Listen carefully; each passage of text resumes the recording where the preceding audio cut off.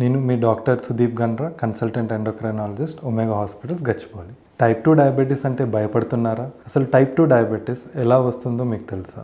మన శరీరంలో ఇన్సులిన్ అనే హార్మోన్ ఉంటుంది. దీని పని మన రక్తంలో ఉన్న చక్కెరను మన బాడీలో ఉండే సెల్స్కి అందించడం. అప్పుడే మన బాడీకి ఎనర్జీ వస్తుంది. టైప్ 2 డయాబెటీస్లో ఏం జరుగుతుందంటే ఈ సెల్స్ ఇన్సులిన్కు రెస్పాండ్ అవ్వడం మానేస్తాయి. దీన్ని ఇన్సులిన్ రెసిస్టెన్స్ అంటారు. చక్కెర సెల్స్లోకి వెళ్ళలేక రక్తంలోనే పేరుకుపోతుంది. దానివల్ల మన ప్యాంక్రియాస్ మరింత ఇన్సులిన్ ప్రొడ్యూస్ చేస్తుంది. అలా ఎక్కువ షుగర్ రక్తంలో ఉండడం వల్ల నరాలు, రక్త కణాలు, కిడ్నీలు, గుండె నెమ్మదిగా డ్యామేజ్ అవుతాయి. టైప్ 2 డయాబెటీస్ గురించి క్లినికల్గా రుజువైన విషయాలు ఏంటంటే మీ బరువులో 5 నుంచి 7% తగ్గించుకుంటే ఇన్సులిన్ సెన్సిటివిటీ వెంటనే మెరుగుపడుతుంది. భోజనం తర్వాత వాకింగ్ చేస్తే పోస్ట్ ప్రాండియల్ షుగర్ స్పైక్ తగ్గుతుంది.